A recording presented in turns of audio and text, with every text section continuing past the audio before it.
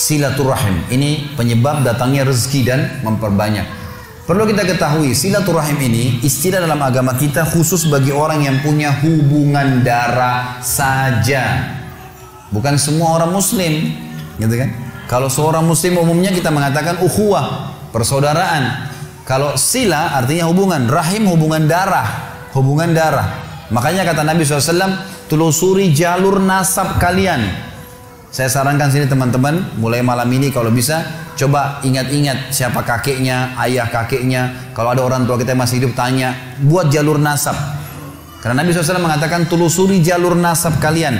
Kakek kita siapa, ayahnya siapa, berapa bersaudara, nikah sama siapa, saudara-saudaranya, punya anak siapa. Jangan sampai kita ketemu sepupu kita di jalan, nggak tahu gitu.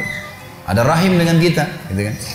Kata Nabi SAW, telusuri jalur nasab kalian, karena akan memudahkan kalian silaturahim. Silaturahim. Jadi ini harus yang punya hubungan kerabat ya, hubungan darah.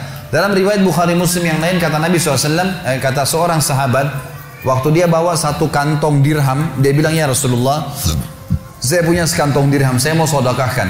Ada dua orang target saya. Yang satu muslim umum, tidak ada hubungan kerabat sama saya.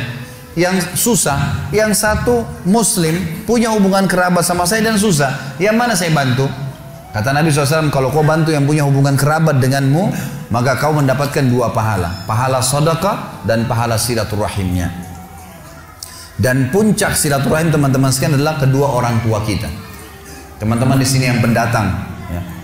Juga tentu yang mukim, yang orang yang memang asli di sini. Kalau orang tua Anda masih hidup, jangan sia-siakan. Kejar sedekah paling afdal ke mereka tuh. Silaturahim teman-teman sekalian, pakai stopwatch kalau antum merasa terganggu pekerjaan. Telepon sehari 1 menit aja. 1 menit aja. Telepon tuh ayah, ibu, tanya kabarnya, ayah, ibu baik, ada kebutuhan? Oh enggak ada nak, baik doain ya. Mereka bilang semoga kau selamat nak, sudah luar biasa tuh. Telepon mereka, teman-teman banyak di Indonesia, di Jakarta saya temukan yang memang merantau, akhirnya orang tuanya cuma ditelepon setahun sekali.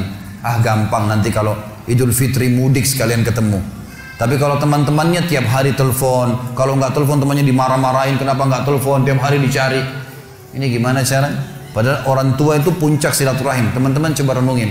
Ada seorang syekh di Saudi, di Jeddah, dia lagi isi pengajian. Kemudian saking pentingnya dia tahu ya, ini orang tua bagaimana. Dia bilang, saya ditelepon oleh seorang laki-laki. Dia bilang, saya nggak kenal. Laki-laki ini bilang, syekh, tolong bantu saya nih, apa jalan keluarnya? Sejam lagi saya akan divonis oleh pengadilan, dipenjara 10 tahun karena saya difitnah. Difitnah, data-data palsu semua dikasih ke pengadilan dan saya difitnah. Apa saran Anda nih? Kira-kira apa yang saya harus lakukan nih supaya Allah bisa menyelamatkan saya? Kata syekhnya ini, saya dengar ceramahnya, dia bilang begini, menarik sekali kisahnya. Dia bilang, apa kau masih punya orang tua yang hidup? Kata orang itu, ayah saya sudah meninggal, ibu saya ada. Kata syekhnya, kau masih bisa keluar dari pengadilan? Dia bilang masih bisa. Baik, sekarang kamu keluar dari pengadilan, singgah di restoran terbaik yang kau temuin, kemudian temuin ibumu, ajak makan siang ibumu. Kata dia, syekh, sejam lagi saya divonis penjara 10 tahun. Bagaimana bisa mau makan lagi sama orang tua? Kata syekhnya, kalau kau mau jalanin saran saya, jalanin itu. Anak ini dalam kondisi dia bingung, tidak tahu apa, maka dia pun singgah di restoran, kemudian dia pergi ke rumah ibunya. Setengah jam kemudian kata syekh, saya ditelepon. Syekh, jazakallah khair, semoga Allah balas Anda dengan kebaikan. Kata syekhnya, kenapa? Dia bilang, saya baru ditelepon oleh pengadilan, ternyata orang yang membuat fitnah buat saya terbongkar kedoknya dan dia sekarang akan divonis 10 tahun. Gitu kan? Dan semenjak saya masuk di sini, saya makan sama ibu saya, sekarang saya depan ibu saya, dari pertama saya masuk terus lisannya ibu saya mendoakan, semoga kau selamat nak, terima kasih kau sudah datang bawa makanan. Hanya membawa makanan. Orang tua kita teman-teman sekalian tahu menilai tahu menilai pemberian anak kita. Pemberian kita. Tidak pernah orang tua itu diberi sesuatu yang sederhana seperti teman kita masih bisa marah atau pasangan kita masih bisa merengut. Orang tua selalu berterima kasih dengan apapun yang kita berikan sedikit. Ada seorang anak di Jeddah meninggal dunia. Seorang syekh lagi sholat, suaranya Masya Allah bagus sekali kalau dia jadi imam. Saya banyak cerita tentang Saudi karena saya pernah kuliah di sana teman-teman. Jadi bukan karena Saudinya. Kalau Anda punya cerita di Indonesia mungkin bisa terjadi di mana-mana tentunya. Saya cerita tentang ini yang karena saya tahu gitu. Di Jeddah ini ada satu orang syekh, suaranya bagus. Kalau sholat Jumat penuh masjid. Kalau dia jadi imam, Masya Allah suaranya gitu. Dia juga kalau khutbah, hampir semuanya orang nangis kalau bicara masalah akhirat. Khusyuk, jadi dia ikhlas sekali gitu. Dia cerita dalam salah satu khutbahnya, saya dengarkan ceramahnya. Dan ini tradisi saya suka dengar ceramah-ceramah. Walaupun saya sudah sering isi ceramah, gitu kan. Kita tidak boleh batasi dengan ilmu. Selalu kita merasa haus dengan ilmu itu. Maka saya dengar ceramah, dia mengatakan pada saat saya salah satu Jumat, saya lagi jadi imam.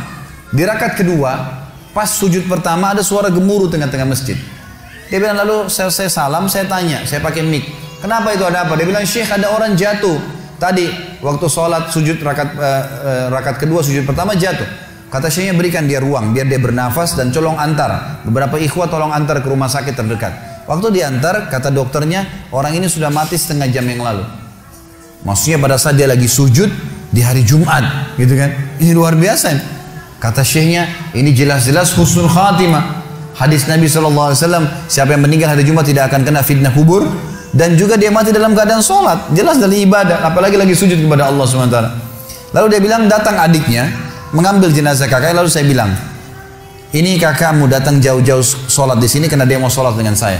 Dia mau dengar ceramah, dia mau dengar suara bacaan Al-Quran. Maka saya minta, tolong izinkan saya memandikan jenazahnya. Kata adiknya, baiklah silakan. Datanglah Syekh ini ke rumahnya, dimandikan jenazahnya. Kemudian malam takziah pertama, dan disunahkan 3 malam takziah.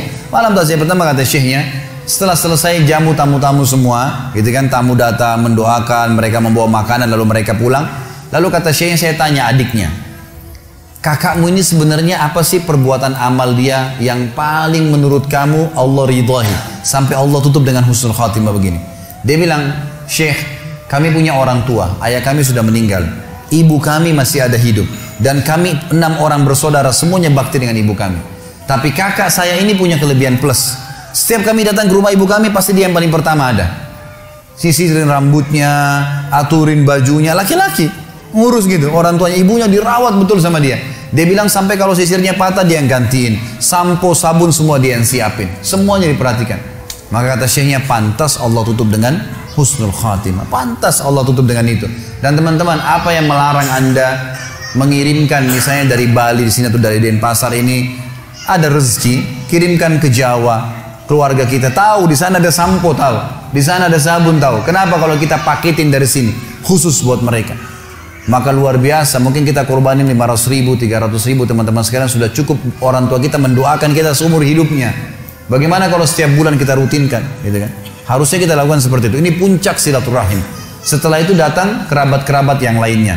Kata Nabi SAW, siapa yang ingin diberkahi umurnya, di sini sering diterjemahkan dalam buku Indonesia, siapa yang ingin dipanjangkan umurnya, gitu kan? Sebenarnya tidak ada kata-kata panjang umur ya, karena umur sudah ditentukan, 60 ya 60. Tapi di sini maksudnya diberkahi. Jadi kalau dia punya 60 tahun, dia sering silaturahim, dengan ada orang lain punya umur 60 tahun tidak silaturahim, kita temukan yang sering silaturahim ini akan berkah hidupnya. Sudah banyak bangun masjid, sudah banyak kegiatan-kegiatan sosial, Allah berkahi umurnya.